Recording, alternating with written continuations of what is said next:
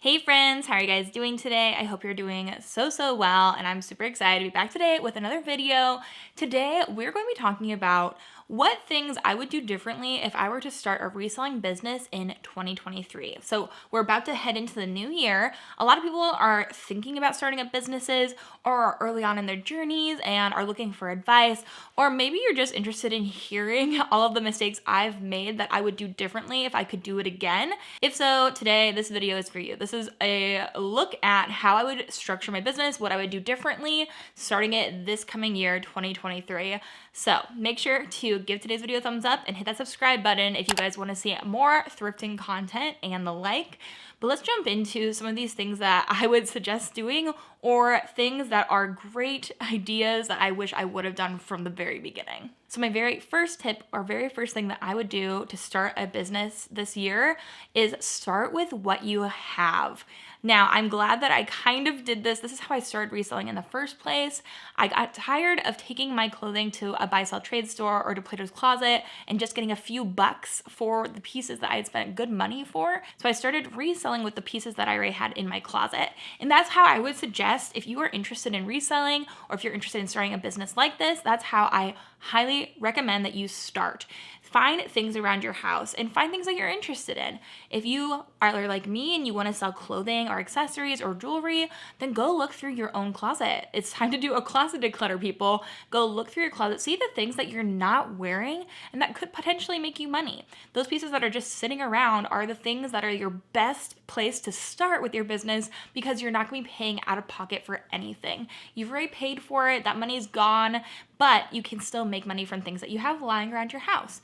So if it's a piece of clothing, that's great. Maybe it's something else. Maybe you want to sell books or hard goods or home goods, or maybe you want to do kitchen gadgets. Like, there's so many different places that you can declutter in your home, find pieces there, start with what you have, and then get some good experience under your belt before you go out and actually spend money specifically to resell, because that's money you're not going to get back. And I think that's a mistake that a lot of people make when they don't have a lot of experience with reselling. They don't know what will sell and for how much.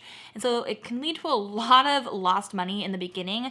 And so it's better to experiment with things that you already have that you don't have to spend money for than it is to go out, buy something that you think is going to sell, and then to find out that you actually lost money on that. So start with what you have. The next thing that I would do differently, or that is a great tip if you are just starting out, is to watch YouTube videos. I know I'm not just saying this because I'm a YouTuber who specializes in this field, but this was the most invaluable thing when I was starting out my reselling and YouTube journey, was watching other creators in this field who are already doing what you want to be doing. That's the best way to learn, right? Is to have somebody that's more experienced tutor you. And this is free knowledge. We, as a reselling community on YouTube at least, I feel like we are really selfless with giving out all this information that can really help anyone succeed in this business. And we do that because, at least I do that because I believe there's enough to go around. We know that there's a huge issue with excess in our country, at least here in the United States. And so we have so much waste and there's so much to go around that I don't mind sharing with you guys all these secrets and things to help you guys succeed as well, because when one of us succeeds, we all succeed. It's good for all of us. So definitely watch other YouTubers, find people that are in the niche that you want to be in and watch them. For me, it's clothing. So I'm going to be watching other YouTubers. I'll maybe put some up on the screen for you. I will watch other people and see what brands they're picking up, what styles they're picking up.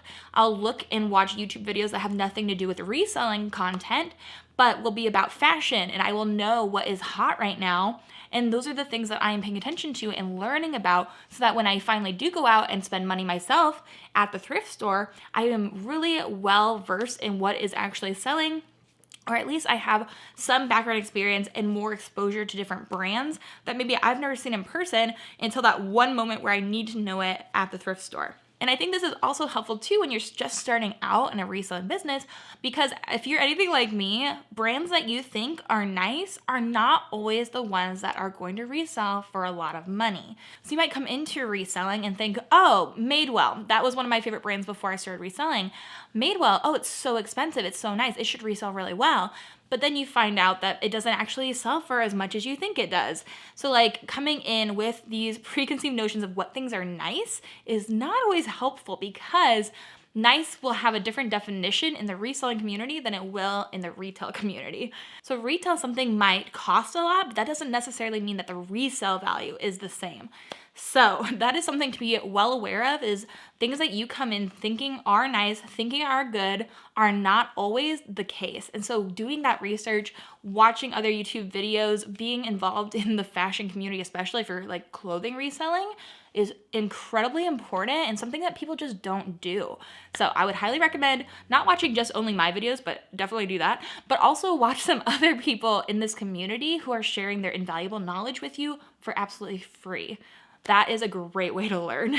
Another thing that I suggest is something that I was a little slow on the uptake to, so I would definitely highly recommend doing that early on in 2023, is learning the terms of the business.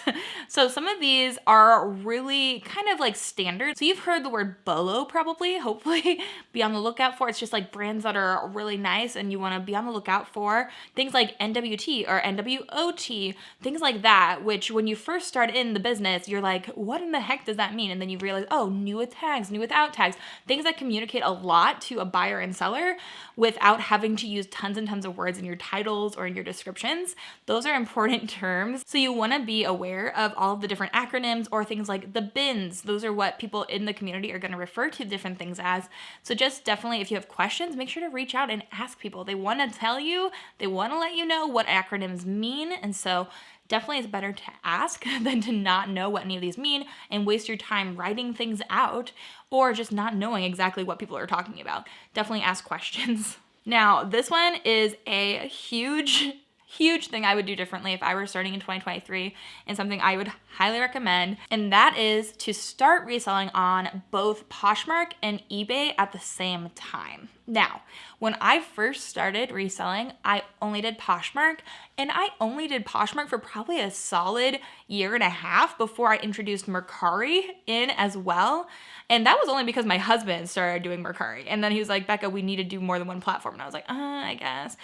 And then I started eBay just a few months ago, and I cannot believe it took me this long to start selling on eBay. I know tons of people have for many years. For me, Poshmark was just my first love. It was so easy to figure out, and that's why I kind of recommend starting on Poshmark and eBay at the same time, because eBay is really freaking hard to understand, and there's so much that goes into it. And Poshmark has barely anything that goes into it. It's super easy, I feel like, to sell. But eBay has a much larger base of customers than Poshmark does. So I think getting started on something that's easy to figure out and something that's a little bit more difficult where you can cross post between the two, I think is a really good starting place.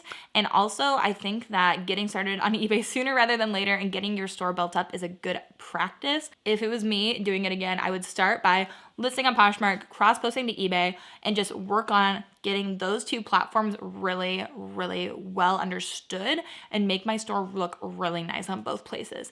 That's what I would highly recommend. And along with selling on those two platforms is figuring out what you want your listings to look like in your closet early on, and then make it consistent and make it look good. That is so important.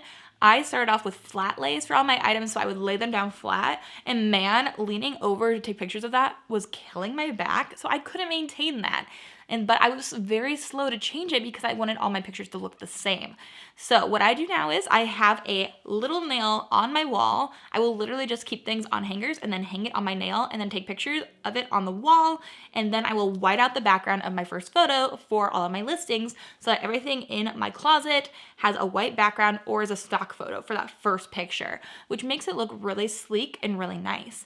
So I would highly recommend maybe try doing what I do, put it on a wall. Maybe that will help your back too. Or if you want to do flat lays, that's fine too. And if it's not clothing, then you're going to have a whole different situation. But I would highly recommend whiting out that first picture because I do think it really makes it look a lot more elevated. And it looks very, very crisp. So then next up is find what you right here, find what you enjoy selling. You don't have to sell what I sell. You don't have to sell what somebody else is selling. Maybe you have a completely new category. Find what you enjoy selling and dive into that. I would highly recommend picking something that you know a lot about or something that you're super interested in, or what makes you excited to list it, and then go with those items. It's very, very hard to stay excited and really like ready to work hard on something that you don't enjoy selling. So find the piece that you enjoy selling, find the category that you enjoy selling, and stick with that. From experience, I tried reselling some hard goods stuff, but I just never was as excited to sell like hard goods and things like that as I was to do clothing. And I feel like for me too, clothing is easier to put away and keep out of sight, and hard goods are kind of bulky. So it just really depends on what you want to do. But I would say definitely find out what you enjoy selling, find out things that you know a lot about, and find out things that make you really excited to get up in the morning and take pictures of and list, because that's what's going to be more sustainable in the long run. And you really want to have a more sustainable business rather than just find a few quick things that you can flip, because you really want to have a more sustainable long-term business. And then my biggest piece of advice, and the thing that I regret the most, is this. And my recommendation to you is stay organized and get organized from the beginning. Start with an inventory system and then expand it with time. So instead of just putting everything that you've collected to resell in one spot, maybe you have it like in a pile in a room, or if you have it in a bin, instead of just putting it in one spot, start out from the beginning with some sort of inventory system, because you will thank yourself so much later. So my whole inventory system, it requires me just to have the listings title, and I have a Google sheet where I put down my bin numbers and then the title of the piece that is inside that bin. So it's super easy. Even if it's just something like that, get a Google sheet, which is free, write down bin number 1, and then make a list of each piece that you've put in that bin. Just start with that and put a label on your bin and say what pieces are in it, because as soon as you get past one bin, your life is going to become much harder and it's going to take a lot longer to find pieces that you sell. Once you get up to 5 bins, you're going to be digging for hours and it's not going to be worth it. I say start from the very beginning. Even if you only have 3 pieces that you are selling, if you are expecting to do this longer than just selling those 3 pieces, start organized from the beginning. Please take my advice, learn from my mistakes. I have lost so many sales because I just couldn't find pieces. It was horrible. I hated it.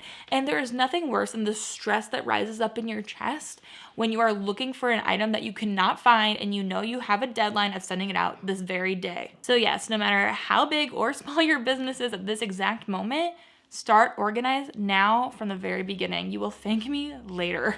So those are my tips. Those are my pieces of advice. If you are starting a new business this coming year, this is what I would do from the very beginning to start off on the right foot. And these are some of the things that I would totally do differently if I were restarting my business right now. So hopefully this helps you in your business. If you're thinking about reselling or starting a reselling business, start with these tips and then go from there.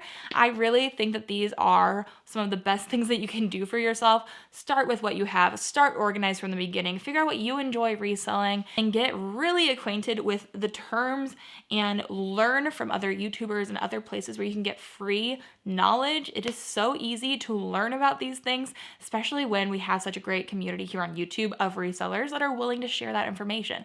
So start here with what you have.